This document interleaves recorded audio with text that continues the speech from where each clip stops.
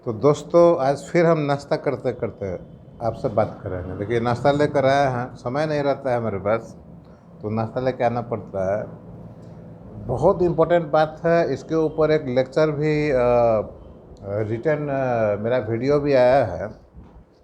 देखिए बहुत तकलीफ़ की बात है कि आज के डेट में हमारे समय का यंगस्टर के बारे में नहीं बोल रहे हैं, हम लोग जब इंजीनियरिंग के थे अलग माहौल था। आज के डेट में सीनियर टू जूनियर कोई भी इंजीनियर 80% लोगों को लेवल के बारे में नहीं मालूम है। आरएल क्या होता है, ईएल क्या होता है, उसका यूटिलाइज, उसको हैंडल कैसे करना है, ड्राइंग में कैसे हैंडल करना है, साइट पर कैसे हैंडल करना है। कोई हमारे जानने वाले देख रहे होंगे तो हो सकता है ख़राब लग रहा हो, लेकिन ये बहुत दुख का बात है। जब किसी भी प्रोजेक्ट का कंस्ट्रक्शन स्टार्ट होता है तो दो चीज़ सबसे पहले चाहिए, एक कोऑर्डिनेट चाहिए, एक लेवल चाहिए। न कोऑर्डिनेट के बारे में लोगों को कंसेप्ट मालूम है और न लेवल के बारे में। लेवल के बारे में तो बहुत ही बुरा हाल होता है। डिजाइनर को नहीं मालूम रहता है जो ड्राइंग बनाता है कि लेवल क्या है, कैसे उसको यूज़ करना है। आर एल रिड्यूस लेवल, देखिए फिर से सुनिए, आर एल मतलब रिड्यूस लेवल। रिड्यूस लेवल, आप कहीं पर कोई स्ट्रक्चर आपका बन रहा है, कहीं पर कोई प्रोजेक्ट आ रहा है, तो रिड्यूस लेवल जो है सो उसी के आसपास का किसी चीज़ का लेवल, या आप एक क्यूबिकल शेप का स्ट्रक्चर बना ले, ब्रिक का, ईंट का, उस पर एक लेवल रहा, उसके रेफरेंस में, या आसपास रेलवे ट्रैक का जो पटरी का टॉप होता है वो है, या हाईवे है, उसके रेस्पेक्ट में जब अपने स्ट्रक्चर का, अपने प्रोजेक्ट का लेवल आप फिक्स करते हैं, वो रिड्यूस लेवल है। अब जब उस लेवल के रिस्पेक्ट में आप अपने स्ट्रक्चर का लेवल फिक्स करते हैं तो अपना प्लांट के, अपना कंस्ट्रक्शन एरिया के अंदर में एक ऑफसेट बनाते हैं। जनरली 1 क्यूबिक मीटर का होता है, 1 बाई 1 बाई 1। उसके ऊपर में लेवल लिखते हैं और कोऑर्डिनेट लिखते हैं। कोऑर्डिनेट लेवल, लेवल कौन सा, रिड्यूस लेवल। और वो ऑफसेट पर जो डाटा है उसको बेंच मार्क बोला जाता है। बेंच मार्क मतलब कहाँ, इसके रेफरेंस में ही सबसे सभी स्ट्रक्चर चलेगा। अब क्या है, देखिए, अब आप जब स्ट्रक्चर बनाने जाते हैं तो आपका जो कैंपस होगा, है ना, बाउंड्री वाला होगा, उसके अंदर में मिट्टी भरेंगे, उसके अंदर में और स्ट्रक्चर बनेगा। ठीक है, तो जैसे मिट्टी भरना है, मिट्टी भरना को जब एरिया में मिट्टी भरते हैं तो उसको क्या बोलते हैं इंजीनियरिंग टर्म में, एरिया ग्रेडिंग। एरिया ग्रेडिंग का लेवल आप अपने यहाँ कितना रखना चाहेंगे, उतना अवश्य रखना चाहेंगे जिससे कि बाहर का पानी अंदर नहीं आए। ठीक है ना, फ्लड का पानी अंदर नहीं है। अगर आपका बड़ा प्रोजेक्ट है तो फ्लड से तो बचाना पड़ेगा।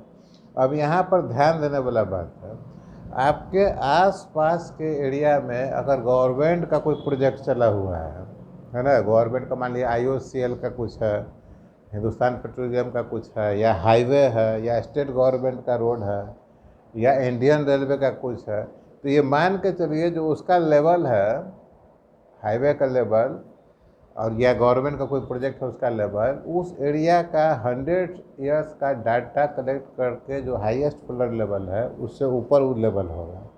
कम से कम 1 मीटर तो ऊपर होगा ही होगा, निश्चित है। उससे कम नहीं होगा, तभी तो बाढ़ आएगा तो प्लांट बचा रहेगा, वो हाईवे बचा रहेगा। और जो ब्रिज होता है स्लाइटली ऊपर होता है, देखते होंगे, तो ब्रिज के अंडर पास है ना वो फ्लड को निकलने के लिए, इसीलिए उसको और ऊपर कर देता है। ऊपर नहीं करेंगे, ब्रिज अगर नीचे रहेगा तो रोड पर प्रेशर आएगा, उसको तोड़ देगा रोड को।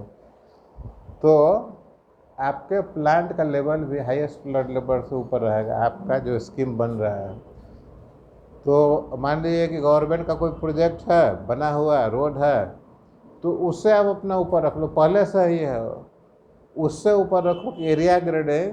मान लो कि देखिए, अब जैसे रोड पर एक पॉइंट सेलेक्ट किए, उस जगह का लेवल 0.00 मीटर कर लिए, या 100.00 मीटर कर लिए। ठीक है, उससे आप 600 कर लो ऊपर, 100 करोगे तो प्लस 0.600 हो जाएगा, जीरो रहेगा तो 100 रहेगा तो 100.600 हो जाएगा। उस लेवल को आप अपना जो बाउंड्री बनाने वाले हो उस कैंपस के अंदर में 2-3 जगह ले जाओगे, ठीक है। वो आपका हो गया बेंचमार्क। अब उसी से आपका प्लांट का लेवल ऊपर जाएगा या नीचे जाएगा। तो उस लेवल के जो रोड का जो लेवल है या हाईएस्ट फ्लड लेवल जो है या जो भी है जिससे पानी का प्रोटेक्शन है, पानी नेचुरल चीज़ है, ध्यान रखिएगा। स्ट्रक्चर का डिजाइन होता है तो वो फ्लड लेवल है, विंड प्रेशर है, टेम्परेचर है, एटमॉस्फेरिक जैसे सल्फ्यूरिक एटमॉस्फेयर समुद्र के किनारे, तो सब कंसिडर किया जाता है। एडवर्स है, मॉडरेट है, कैसा क्लाइमेट है, तो पानी बहुत मेजर रोल प्ले करता है। तो जब उसको अपना एरिया ग्रेडिंग का जब लेवल फिक्स करेंगे with respect to highest flood level और नियरेस्ट रोड लेवल और any of the government project existing nearby your plan, then it will be called a finished ground level. Finished ground level means the area grading of within your plan, its level should be above the nearest government projects road level or any other level which is fixed by the central government or the state government, ठीक है। तो उसको बोलेंगे हम लोग finish ground level. आपका area grading का ऊपर का लेवल हो गया फिनिश ग्राउंड लेवल, ठीक है। अब ये फिनिश ग्राउंड लेवल, अब उसके अंदर में जो भी स्ट्रक्चर बनाएगा वो जो FGL है आपका फिनिश ग्राउंड लेवल उससे ऊपर रखेंगे। रिकमेंडेशन कहीं कहीं है कि जो प्लेन्थ लेवल है बिल्डिंग के केस में finish floor level, industrial structure के सेंस में उसको प्लिंथ लेवल बोल सकते हैं। एक प्लिंथ बीम है उसका लेवल ले सकते हैं या फ्लोर लेवल ले सकते हैं। लेकिन बिल्डिंग के केस में आपको ये हो जाएगा फिनिश फ्लोर लेवल, ये है। तो फिनिश फ्लोर लेवल आपका फिनिश ग्राउंड लेवल से कितना ऊपर रहेगा, 300 रहे, 300 mm, 350 है, तो उसका लेवल हो गया, ठीक है ना। मान लिए कि आप सेट कर दिया 100.00 लेवल जो है सो आपका फिनिश ग्राउंड लेवल है FGL। तो आपका बिल्डिंग का लेवल 300 ऊपर होगा, मतलब बिल्डिंग का plinth level finish floor level, तो फिनिश फ्लोर लेवल हो गया बिल्डिंग का 100.300, है ना। प्लस और माइनस का यूज़ करेंगे, ठीक है। अब ये आपका रिड्यूस लेवल से फिनिश ग्राउंड लेवल तक आने की कहानी है, ठीक है। स्ट्रक्चर है, स्ट्रक्चर देखिए हॉरिजॉन्टल लेवल भी होता है, आगे बढ़ता है, विंडो निकलता है, ये वो छज्जा निकलता है, लेकिन हम लोग ऊपर और नीचे का लेवल के बारे में बात करेंगे। तो लेवल ऊपर जाएगा तो बढ़ेगा, नीचे जाएगा तो भी बढ़ेगा, ठीक है। मतलब एक Y axis plus Y axis minus एक जीरो आता है, ठीक है, एक्सिस पर। तो आपको भी अपने स्ट्रक्चर का 0-0 सेट करना पड़ेगा कि 0-0 लेवल कहाँ होगा, ठीक है। 0-0 लेवल कहाँ होगा, उससे आपका स्ट्रक्चर कितना ऊपर जाएगा कितना नीचे जाएगा। बिल्डिंग के केस में लीजिए, जैसे FGL के रेस्पेक्ट में आप अपना जीरो आपका जो है सो फिनिश फ्लोर लेवल आपने मान लीजिए सेट किया 100.3 प्लस 100.3 मीटर, ठीक है। ऐसा आप बात किए थे जब फिनिश ग्राउंड लेवल 100 मीटर है तो फिनिश फ्लोर लेवल आपका हो गया 100.30।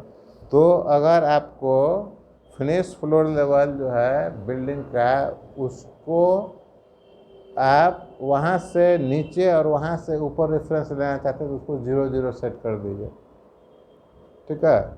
0-0 सेट किया मतलब उसको क्या बोलेंगे, EL बोलेंगे, एलिवेशन लेवल। मतलब ये 0-0 लेवल से ऊपर कितना, नीचे कितना, नीचे जाएगा तो माइनस, ऊपर जाएगा तो प्लस, 0-0 लेवल के सेंस में, ठीक है। उसको बोलते हैं EL, है ना। तो आप समझ गए होंगे हम जो FGL से ड्रॉ किए फिनिश फ्लोर लेवल उसको हम लोग 0-0 लेवल कैसे ट्रांसफ़र किए। लेवल का बहुत सारा यूज़ है, नहीं समझेंगे तो हमको नहीं लगता है कि आपने इंजीनियरिंग पढ़ा या कुछ किया है। हमारे समय में जब मान लीजिए कि हम 10 साल 12 साल या 15 साल का एक्सपीरियंस लेवल में थे, तो कई सारा ट्रेनिंग इंजीनियर रहता था, उस लोग को मालूम रहता था ये सब चीज़। थोड़ा सा ट्यून करना रहता था कि ड्राइंग में इम्प्लीमेंटेशन कैसे हो रहा है, बिल बनाने में कैसे हो रहा है, प्लानिंग में कैसे हो रहा है, इससे अधिक ट्यूनिंग का जरूरत नहीं पड़ता था। लेकिन आजकल बहुत ही शर्म की बात है कि 90% हमको लगता है 90% जो इंजीनियर है जिसको 4 साल 5 साल का एक्सपीरियंस है, इवन जो डिपार्टमेंटल हेड है बूढ़ा हो रहा है हमारे तरह, उसको नहीं मालूम है, वो कंफ्यूज रहता है। बहुत ही शर्म की बात है, कैसे पढ़ाई किया है, कैसे काम किया है, वो समझ में नहीं आता है। ठीक है, तो अब हम नाश्ता करते हैं, लेट हो गया, आप भी अपने काम पर जाइए, और कोई दिक्कत होता है तो बात कीजिए समझने के लिए। ठीक है, फ़ोन नंबर है मेरा 8942889941। वेबसाइट है technodigital.co.in। गूगल पर मेरा पेज है सुजीत SUJIT अपोस्ट्रोफ है सुजीत कैरियर काउंसलिंग। मेरा मार्केटिंग का वेबसाइट है Sujit home appliances, Sujit SUJIT apostrophe है होम अप्लियंसेस। वहाँ पर आपके घर में इंजीनियरिंग पॉइंट ऑफ व्यू से जो लगाना है, प्लम्बिंग का सामान क्या है, पेंटिंग कैसा होना है, स्विच बोर्ड कैसा होना है, हाँ, साथ साथ कभी कभी डेकोरेशन फेस्टिव ऑफर में कहाँ कहाँ मार्केट में क्या मिल रहा है, वो सभी चीज़ के बारे में आप देख सकते हैं और हमसे बात भी कर सकते हैं। As a marketing consultant I will also give you the service apart from the engineering guru, your career guru. So keep on watching, subscribe my channel, like and share to your friends, and tell them also to see the full video and subscribe this channel. Okay, so आज के लिए इतना ही। अभी हम नाश्ता करेंगे, office जाएंगे। आप भी जाइए, मन लगा के काम करने का, 8 घंटा 10 घंटा काम कीजिए, बच गया 24 घंटा।